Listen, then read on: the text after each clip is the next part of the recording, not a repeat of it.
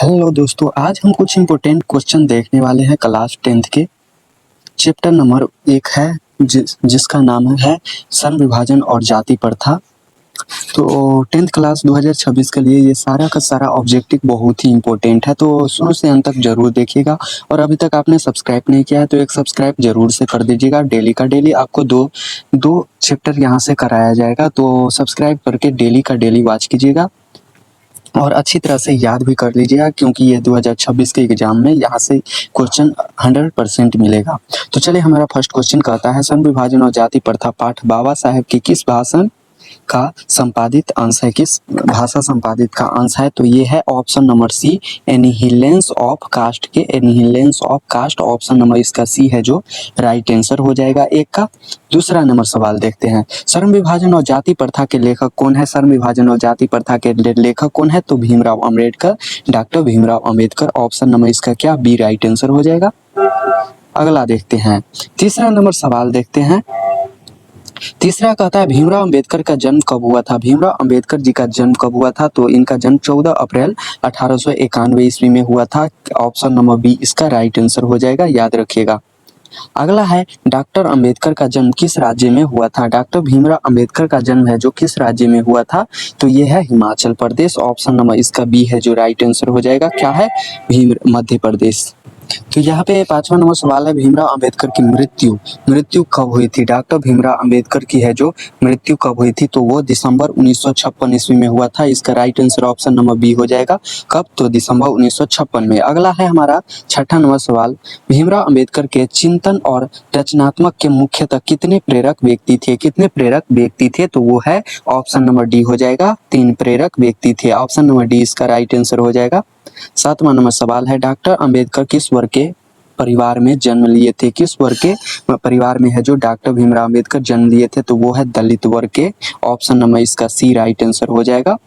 अगला है, जातिवाद के पोषकों द्वारा सन विभाजन किसका दूसरा रूप माना जाता है? सन विभाजन किसका जो दूसरा रूप माना जाता है? तो जाति प्रथा का। ऑप्शन नंबर इसका बी है जो राइट आंसर हो जाएगा। अगला सवाल देखते हैं, 9 नंबर सवाल कहता है, जाति प्रथा किस प्रकार का सन विभाजन है? जाति प्रथा किस प्रकार का सन विभाजन है? तो ये है अस्वाभाविक है, अस्वाभाविक है। ऑप्शन नंबर ए इसका राइट आंसर हो जाएगा। 10वां नंबर सवाल कहता है, जाति प्रथा के अनुसार सन विभाजन का आधार क्या है? जाति प्रथा के अनुसार सन विभाजन का आधार हमसे पूछ रहा है, तो उसका आधार क्या है? तो वो है पैतृक पेशा है। ऑप्शन नंबर इसका सी राइट आंसर हो जाएगा, याद रखिएगा। अगला है 11 नंबर सवाल देखते हैं। 11 कहता क्या है, सन विभाजन और जाति प्रथा शीर्षक किसके द्वारा हिंदी में रूपांतरित किया गया है? हिंदी में इसके किसके द्वारा रूपांतरित किया गया है? तो ललाई सिंह यादव द्वारा। ऑप्शन नंबर इसका क्या हो गया? सी राइट आंसर होगा। 12 नंबर सवाल है, जाति प्रथा मनुष्य के पेशे को किस प्रकार प्रभावित करती हैं? किस प्रकार प्रभावित करती हैं? तो यह है जो यह मनुष्य को जीवन भर के लिए एक पेशे में बांध देती है। समझ गए? तो ऑप्शन नंबर इसका बी क्या होगा? राइट आंसर होगा। ये एग्जाम हॉल में पूछा जाएगा। अगला हमारा 13 नंबर, विडंबना का अर्थ क्या होता है? विडंबना का अर्थ क्या होता है? तो उपहास होता है। ऑप्शन नंबर इसका क्या हो जाएगा? बी राइट आंसर हो जाएगा। इन सभी क्वेश्चन को आप रट लीजिए। अगला है हमारा, सच्चे लोकतंत्र का पर्याय क्या होता है? सच्चे लोकतंत्र का पर्याय हमारा भाईचारा होता है। क्या होता है? भाईचारा। ऑप्शन नंबर इसका सी राइट आंसर हो जाएगा। अगला है, भीमराव अंबेडकर के प्रेरकों के क्या क्या नाम थे? भीमराव अंबेडकर के प्रेरक के क्या क्या नाम थे? तो वो है बुद्ध, कबीर, ज्योतिबा फुले। बुद्ध, कबीर और ज्योतिबा फुले, याद रखिएगा। ये इंपॉर्टेंट क्वेश्चन है। ऑप्शन नंबर इसका सी राइट आंसर हो जाएगा। 16 नंबर देखते हैं, बाबा साहेब अंबेडकर संपूर्ण वाङ्मय में नाम से पुस्तक कितने खंड में प्रकाशित हो गई थी? कितने खंड में प्रकाशित हो गई थी? तो हमारा 16 का जो right answer option number C हो जाएगा। कितने खंड में? तो 21 खंड में। ऑप्शन नंबर सी इसका राइट आंसर होगा, याद रखिएगा। अगला है, लाहौर का वार्षिक सम्मेलन कब हुआ था? लाहौर का वार्षिक सम्मेलन है जो 1936 ईस्वी में हुआ था। ऑप्शन नंबर इसका क्या होगा? बी राइट आंसर होगा, 1936 ईस्वी में। अगला है, डॉक्टर भीमराव अंबेडकर की रचनात्मक के प्रेरक व्यक्ति कौन थे? डॉक्टर भीमराव अंबेडकर के रचनात्मक के प्रेरक व्यक्ति है जो ज्योतिबा फुले जी है। ऑप्शन में इसका क्या? बी राइट आंसर हो जाएगा, याद रखिएगा। अगला है, किसने प्रेरकता प्रोत्साहन पर बाबा साहेब उच्चतम शिक्षा हेतु न्यूयॉर्क गए थे? किसके प्रोत्साहन पर गए थे? तो वो है बड़ौदा नरेश के। ऑप्शन नंबर इसका क्या? सी राइट आंसर होगा, बड़ौदा नरेश के। अगला है बुद्धा एंड हिज धम्म के लेखक कौन है? बुद्धा एंड हिज धम्म के लेखक कौन है? तो वो है भीमराव अंबेडकर। ऑप्शन नंबर इसका डी राइट आंसर हो जाएगा, याद रखिएगा। अगला है भीमराव अंबेडकर की रचना है। भीमराव अंबेडकर की रचना क्या है? कौन सी रचना है? तो इनका the rise and fall of the Hindu women, या संत परंपरा और साहित्य, या विचार और विवेक, विचार या विवेक, या भारतीय लिपियों की कहानी।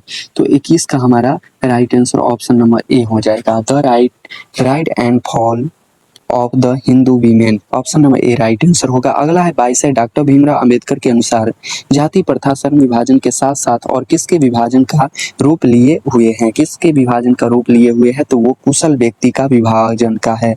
ऑप्शन नंबर क्या होगा? डी राइट आंसर होगा, याद रखिएगा। अगला है 23 नंबर सवाल, भारत की जाति प्रथा की विशेषता क्या है? भारत की जाति प्रथा की विशेषता है यह श्रमिकों का अस्वाभाविक विभाजन है। यह क्या है? श्रमिकों का अस्वाभाविक विभाजन। ऑप्शन नंबर इसका ए राइट आंसर हो जाएगा। अगला है जाति प्रथा स्वाभाविक श्रम विभाजन नहीं है क्योंकि यह मनुष्य के रुचि के आधारित नहीं है, क्योंकि यह मनुष्य के रुचि पर आधारित नहीं है। तो इसका राइट आंसर क्या होगा?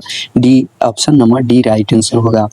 25 नंबर है, लेखक आज के उद्योग में गरीबी और उत्पीड़न से भी बड़ी समस्या किसे मानता है? बड़ी समस्या किसे मानता है? तो वो है निर्धारित कार्य को अरुचित के साथ व्यवस्थावस्थ करना। ऑप्शन नंबर क्या होगा? ए राइट आंसर हो जाएगा 25 का। 26 नंबर देखते हैं। 26 है, कौन सी व्यवस्था मनुष्य के प्रशिक्षण अथवा उसकी निजी क्षमता पर विचार किए बिना ही उसका पेशा निर्धारित कर देता है? तो 26 का इसका right answer option number A हो जाएगा, जाति व्यवस्था। ऑप्शन नंबर ए इसका क्या होगा? राइट आंसर जाति व्यवस्था। अगला है, आधुनिक मनु कहाँ गया है? आधुनिक मनु है जो किसको कहा जाता है? आधुनिक मनु है जो वो हम डॉक्टर भीमराव अंबेडकर को कहते हैं। ऑप्शन नंबर इसका क्या होगा? डी राइट आंसर, आधुनिक मनु डॉक्टर भीमराव अंबेडकर को कहते हैं। अगला है, संचारित का शब्दार्थ है। संचारित का शब्दार्थ क्या होता है? तो वो है प्रवाहित। ऑप्शन नंबर सी इसका राइट आंसर होगा। अगला है, लेखक की दृष्टि में विडंबना की बात क्या है? लेखक की दृष्टि में विडंबना की बात क्या है? तो वो है जातिवाद के पोषकों की कमी नहीं। ऑप्शन नंबर इसका ए राइट होगा। ये 2 से 3 बार क्वेश्चन देख लीजिएगा। 30 नंबर है, लेखक की दृष्टि से आदर्श समाज कैसा होना चाहिए? लेखक की दृष्टि से आदर्श समाज है जो जिसमें स्वतंत्रता, समता और प्रभावता का भाव हो, ये होना चाहिए। ऑप्शन नंबर क्या होगा? ए राइट आंसर होगा। अगला है हमारा 31 नंबर, लेखक बेरोजगारी का प्रमुख और प्रत्यक्ष कारण किसे मानता है? तो वो है जो जाति प्रथा को मानता है। ऑप्शन नंबर क्या होगा? सी इसका राइट आंसर होगा। अगला हमारा 32 नंबर सवाल कहता है, डॉक्टर भीमराव अंबेडकर का जन्म कहाँ हुआ था? डॉक्टर भीमराव अंबेडकर का जन्म है जो कहाँ हुआ था? तो महू मध्य प्रदेश में हुआ था। 14 अप्रैल 1800 कब? 92 को हुआ था। 1891 को 14 अप्रैल 1891 को हुआ था, याद रखिएगा। बहुत ही इंपॉर्टेंट क्वेश्चन है। 33 नंबर सवाल देखते हैं हम। 33 नंबर सवाल कहता क्या है? 33 कहता है, डॉक्टर अंबेडकर ने किस पत्रिका का संपादन किया था? डॉक्टर भीमराव अंबेडकर जी है जो किस पत्रिका का संपादन किए थे? तो वो बहिष्कृत भारत का है। Option number C right answer होगा, बहिष्कृत भारत। 34 है, भारतीय संविधान के निर्माता के रूप में हम किन्हें जानते हैं? भारतीय संविधान किसने लिखा है? तो ऑफकोर्स किसने? भीमराव अंबेडकर जी ने। Option number B right answer हो जाएगा। 35 नंबर सवाल देखते हैं, डॉक्टर अंबेडकर का वार्ड गए हिंदी के कितने खंडों में प्रकाशित हो चुकी हैं? हिंदी के कितने खंडों में प्रकाशित हो चुकी हैं? तो वो 21 खंडों में प्रकाशित हो चुकी है। ऑप्शन नंबर डी इसका क्या होगा? राइट आंसर होगा। 36 है, आधुनिक सभ्यता समाज कार्य कुशलता के लिए किसे आवश्यक मानता है? किसको आवश्यक मानता है? तो वो है श्रम विभाजन को। ऑप्शन नंबर क्या? ए राइट आंसर होगा, याद रखिएगा। अगला है, डॉक्टर भीमराव अंबेडकर के पिता का क्या नाम था? डॉक्टर भीमराव अंबेडकर के पिता का नाम क्या था?